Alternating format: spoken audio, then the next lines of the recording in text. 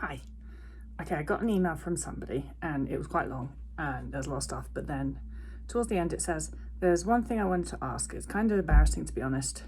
I've never had it before, but I became a bit obsessed about defecation. Have you experienced anything like it or heard of anything like it? Or had a patient, I don't have patients because I'm not a doctor, by the way, I have clients. It's just a slight difference. Stop that point. By obsession, I mean that I need to know what my body processes the food at a certain way. I need to know that my body processes food in a certain rate, and I go to the toilet regularly, meaning twice a day. If I don't straight away feel uncomfortable, bloated, and I don't want to eat, or I eat less, I know it's stupid. My body knows what it's doing, and it will clean itself whenever it feels like it. I know it's a mental issues. I just hate the thought of food staying in my body for quote unquote too long. I often eat fibre rich foods or take extra fibre just so it passes through my system quicker. It's not only fibre, if I'm honest. I don't do it often, but once in a while I take light laxatives just to be sure I go to the toilet. It scares me sometimes and I know I shouldn't be doing it, but the obsession that wins when I do it once a month. I want to stop it, but often I fail. Yes, well, is the answer to the main question there, is that have I heard of this before? It wasn't something that personally when I had an eating disorder that I thought about or got obsessed about, but that doesn't mean that I wouldn't have. I just probably hadn't thought of it. I bet you if I thought about it, I'd probably get obsessed with it when I had an eating disorder. But I didn't, but I've actually had quite a few clients that have. And I think it's, when we have an eating disorder, I do think that the genetic predisposition that a lot of people have to OCD, which the genetic predisposition for that lies close to the genetic locus for anorexia. And so I think that a lot of us are more prone to be OCD about things when we have an eating disorder. And I just think it's one of those things that your brain can latch onto. I don't think it means anything in particular that your brain chose to latch onto this thing. It just chose to latch onto this thing. My brain chose to latch onto calories and other things. And I just think it's one of those things that your brain can use as kind of like another obstacle between you and unrestricted eating. If you didn't poop twice a day, you don't get to eat anymore, or you get to eat less. Do you see what I mean?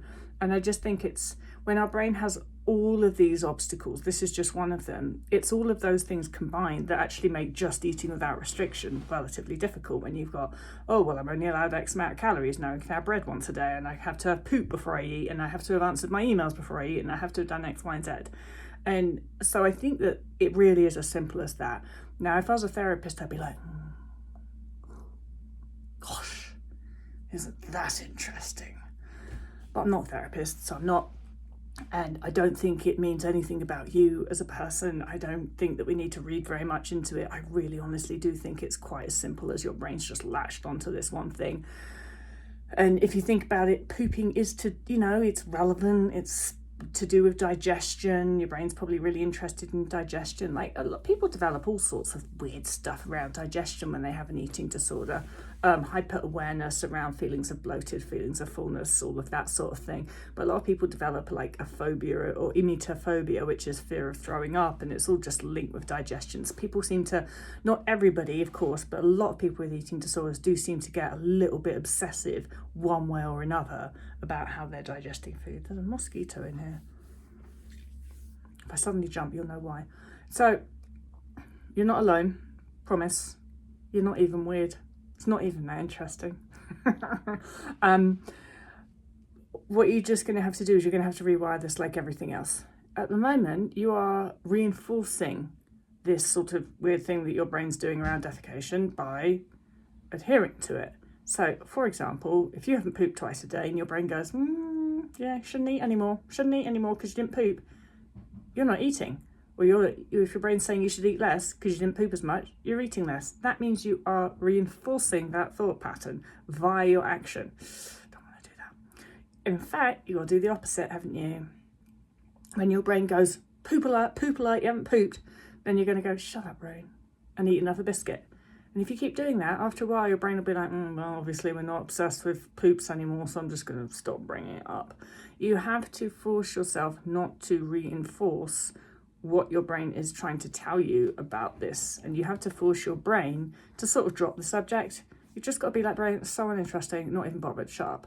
And it will, because you've trained it to think about it all the time by paying attention to it all the time. Our brains are just products of what we create. And so if your brain is obsessed with poop, you did that. And you have to stop. You have to undo that by not allowing yourself to pay any attention to it whatsoever. And as for the laxatives, stop it. Come on.